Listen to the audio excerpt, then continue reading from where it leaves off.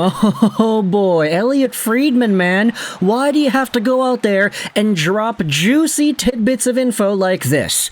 Today we're talking about the Montreal Canadiens, and we are also talking about the New York Rangers. Because when it comes to what Friedman discussed on his most recent edition of 32 Thoughts, the podcast, there was an interesting link that Friedman proposed between these two teams, and it's a link that we have not seen all too much of in the NHL.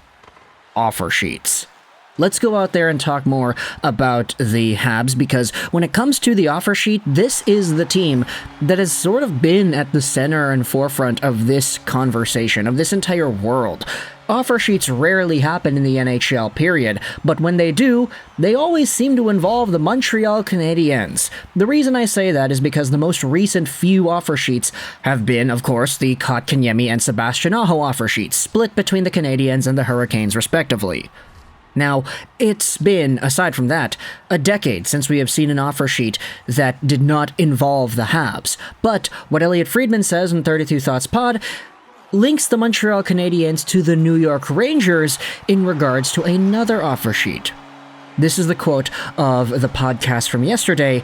There were some people who said to me they really wanted to see the Montreal Canadiens offer sheet New York Rangers defenseman K'Andre Miller, just for the pure drama of it. Obviously, that didn't happen. It'll have to be a bridge deal with Miller. Obviously, we'll assume it'll be a bridge deal with Lafreniere.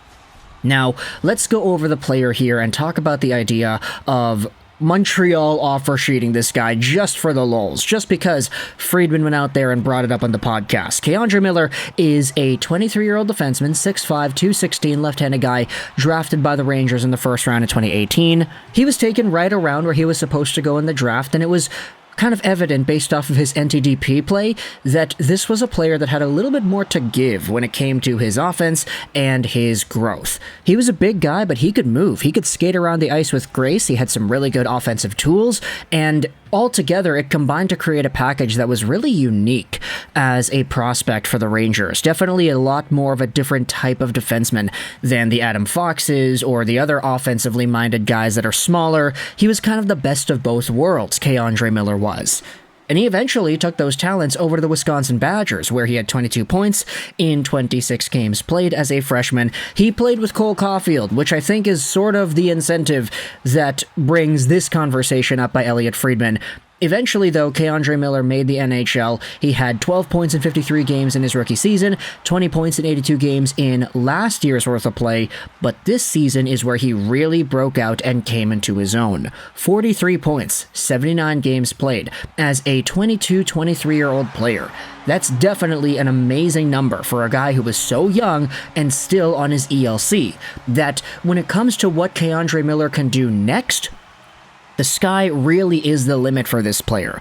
He is a guy that really took that fluid skating and offensive production to the next level in this year's worth of play. He was so strong on the puck, and he would not be afraid to headman it up himself, rush right through other players, force his way into the offensive zone, and try to make things happen. You'd frequently see him pinching in down low, getting involved in the offensive cycle, and just doing the right thing to facilitate play. K'Andre Miller was a beast, and when it came to what he could become, I think a lot of people sort of expected him to become a top 4 defenseman, maybe as a ceiling, but the thing is, he's kind of a top 4 defenseman now. He already got there. And so, as a 23-year-old, the question is, where can he go from here? Does he become a top 2? Does he start battling it out with Adam Fox for number 1 power play time? That's probably not going to happen, but hypothetically speaking, does that occur? Is it a worthwhile conversation to bring up that may be a possibility? Who really knows? And so when it comes to the Montreal Canadiens, the idea of them sending out an offer sheet to this guy, giving out big money to a 23-year-old RFA, the question isn't whether or not this would be a good idea. I think a lot of people would agree that K'Andre Miller is very talented, and he probably would be one of the better defensemen in the Canadian system just by himself already. But the question is, what is the dollar amount you give this player? Do you go long-term and you say, all right, we feel like you are the real deal. Here's an offer sheet for 7 years. We'll give you an AAV of maybe $6 million a season, just because you had one really good year. And if you could do what it is that you did in that previous year in the rest of these years, then hey, that's kind of what we feel you're worth. If there is a world where K'Andre Miller gets an offer sheet in that territory and he accepts, The Rangers have to bite that bullet and match it, because no matter what compensation you get, I get it, you might say, oh, well, K'Andre Miller was a late first-round pick himself, so what is the problem with getting a late first-round pick and some other stuff back?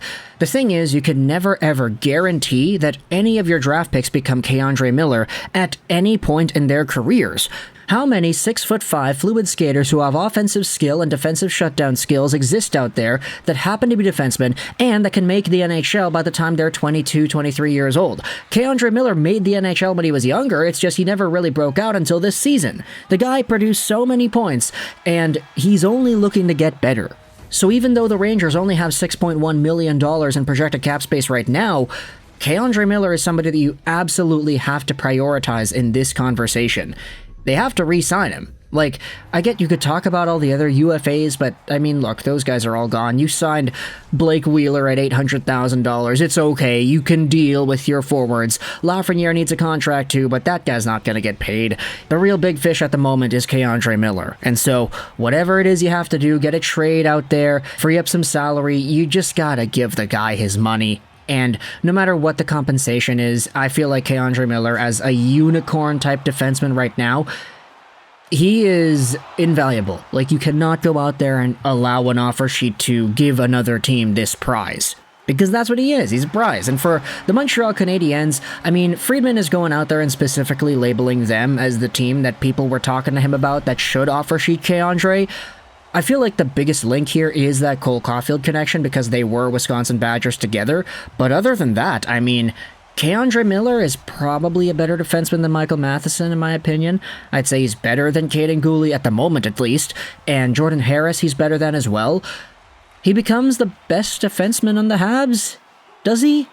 I don't know. I mean, Michael Matheson had a good year towards the end of his run, but yeah, K'Andre Miller and Matheson having that 1-2 punch of offense on your left side blue line, that makes for a very nice pairing, especially heading into the long term since K'Andre is only 23, Matheson is 29, so he's a lot older, but he'll have more experience to shell out. Maybe he can teach all these other younger guys how to body slam rookie forwards of other teams, right? Yeah, I'm still not over that if you can't already tell.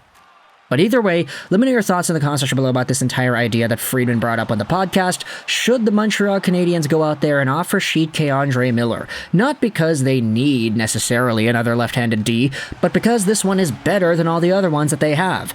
Should the Rangers prioritize K'Andre in these contract negotiations? Do you think the contract is going to get signed soon? Do you think the bridge deal is going to be worth $4-5 million a season? Let me know your thoughts in the comment section below how you feel this is going to go down.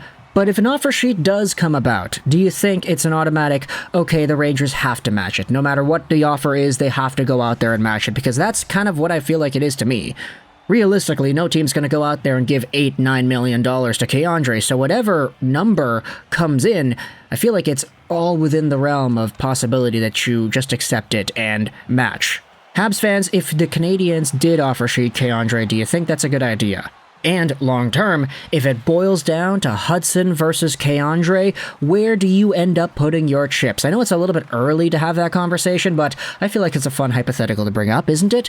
So let me know your thoughts in the comment section below about this entire idea, K'Andre Miller, his future, the contract, the extension, the potential offer sheet, and what Elliotte Friedman had to say. I hope you enjoyed this video, and bye.